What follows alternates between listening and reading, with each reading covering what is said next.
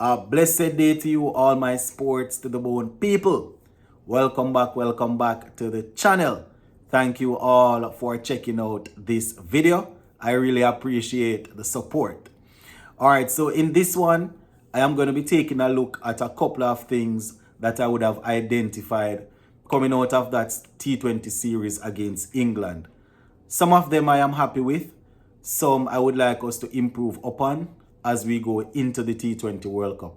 So the comment section is open.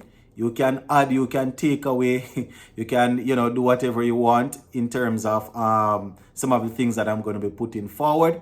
But make sure you hit that subscribe button. All right, so let's get straight into it. Now, West Indies securing another T20 series victory. First thing to go under the hammer right here. Captain Ravman Powell. Another T20 victory under his belt. This is what? 3 on the trot. Shout out to Ravman Powell. Right? Going into the series, I was one of them that was saying, listen, man is playing as a specialist batsman now, not an all-rounder. He has to carry his weight. As a captain, and not only as a captain, but as a specialist batsman, batting in the top 5, he needs to carry his weight. So the first thing goes under the hammer, Ravman Powell. His captaincy was good. Generally speaking, throughout the series, there were a couple of things that we would have said, that, listen, probably you could have done this or probably you should have done this. But generally speaking, the captaincy was good. He was able to rotate his ball as well. He was able to motivate them enough to really go up against the England batting lineup, even though, in my opinion, the bowling was the weakest part of the team throughout the series. But Captain Ravman Powell marshaled the troops well. You understand? After we saw some sloppy feeling in I think it was in the first game, they were able to pick up on that. They were able to change things, and we picked up a series victory. So Captain Ravman Powell leading the team, getting some runs also, and picking up a third T20 series win on the trot. Not a lot of people will highlight that because, people have their favorites who they think should be captain in the team. But not only because he's my countryman, that is good to pick up another T20 series victory, and it's against a team that is very strong. So shout out to Ravman Powell. Next thing, another thing that I would say that I was wrong about, playing the 2 left arm spinners in the same game or in the same team. I was worried about going in and playing the 2 left arm spinners together. I know some of my friends in the comment section will say quality is quality, and that I understand. But I was always worried that, listen, if we play the 2 left arm spinners, if something is not going well in terms of how the pitch is playing, more than likely it's going to affect both of them the same way, right? So I was a bit worried that the angle and all of that would be similar. So if one batsman or 2 batsmen are actually in and going off at the left arm spinner, I was worried that they would be able to go at both of them at the same time. Mind you, they both have their own different variations, but I don't think, it's really that big. There's a lot of big difference where they could say, yeah, we're definitely sure that if they go after one, they won't manage the next one. But I was proven wrong. We were able to win and compete strongly because of those 2 left arm spinners in the team. So shout out to the captain and the coach for getting them in the same playing 11. That is something that I was worried about. Another thing, my people, the pace of the team, the pace bowling. We would have witnessed that if Alzarri Joseph is not there, the pace really drops off. It's not like we're really getting Alzarri taking wickets in the power play as we would want and going for a little bit of runs. But if you understand the game, you need a pace bowler or 2 in the team that is able to regularly clock 140. You need somebody to be an enforcer. You need somebody to rough up the batsmen every now and again. Sometimes when you ask them to give you a quick burst, it doesn't necessarily mean they are going to take wickets. But, you have another plan that you can say, listen, try and get this man uneasy with a couple of quick deliveries, and then we try and attack him with the spinner doing whatever. So we definitely need another 1 or 2. When Alzarri Joseph was out, you could have seen it easily. You could have seen it. All the pacers, all the seamers, whether they are quick or not, this is something else that we need to work on. How we go about bowling in the death overs, especially. Romare Shepherd is the guy that we would have liked, that we think would have done a good job. But we need the other bowlers to be able to get those wide Yorkers in. This is something that they rehearse, something that they need to practice. Practice, practice, practice. That is the only way to get perfect at things like these. I don't know if they have to try and get Dwayne Bravo in and give him a consulting role to work with them every now and again. He was an expert at that. I remember when he was just developing his slower ball and bowling at the depth. He used to go for a lot of runs and we used to beat him. You understand? And he turned out to be, in my opinion, the best T20 bowler of all time. Some will say it's Malinga. It's arguably the best, Dwayne Bravo, that is. So that is something that I would have, noticed that we need to get right. If we're able to get those things right, we can use them in the death over, we can use them in the power play, can use them in the middle over.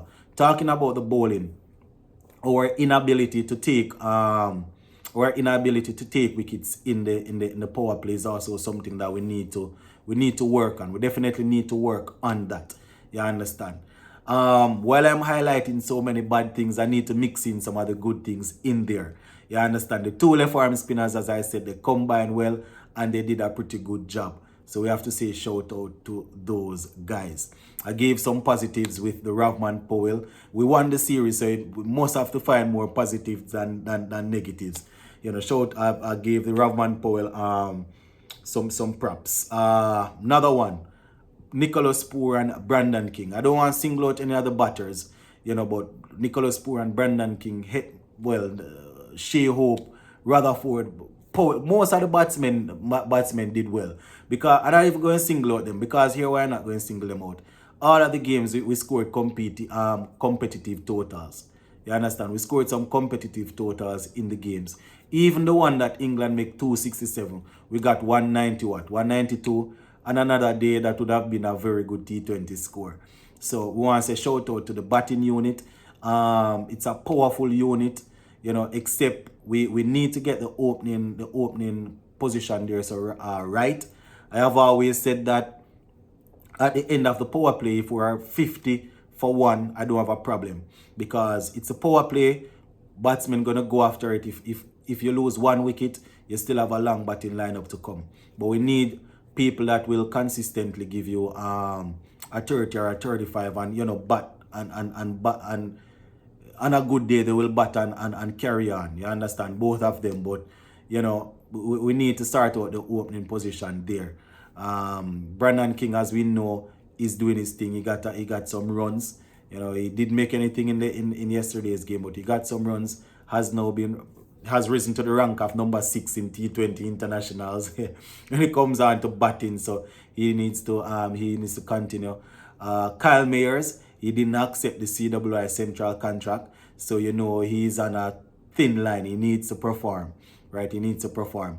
Something else that I would have seen. I actually didn't type these ones down, so coming out of that series there. Darren Sammy, my viewers and subscribers, being hands-on, helping to affect the game. You guys would probably remember the last test batting coach that we had, there, Monty from India. You understand? He usually goes out on the boundary there, stand on the boundary line throughout our batting innings.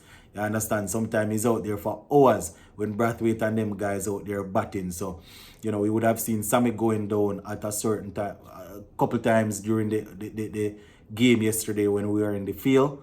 Conversing with Ravman Powell, no doubt, trying to tweak their strategies, trying to tweak their things. I know some people going to say Darren Sammy is in their captain in the team, but it's good when you see them working together like that. Don't want it to go overboard, but we could have seen Darren Sammy being hands-on there. So that was something else that I would have witnessed. The overall feeling on catching, the overall feeling wasn't bad. In the first part there, we dropped a couple of catches, saw some balls rolling past some man and them thing.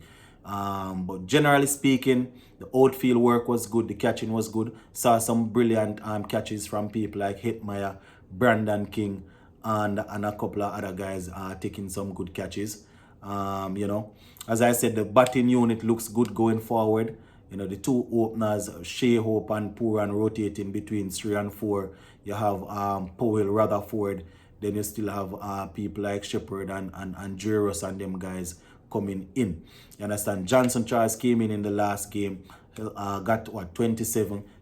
He really helped to get us off to a start in the power play there. So not too sure what our overall T20 team will look like going into the World Cup.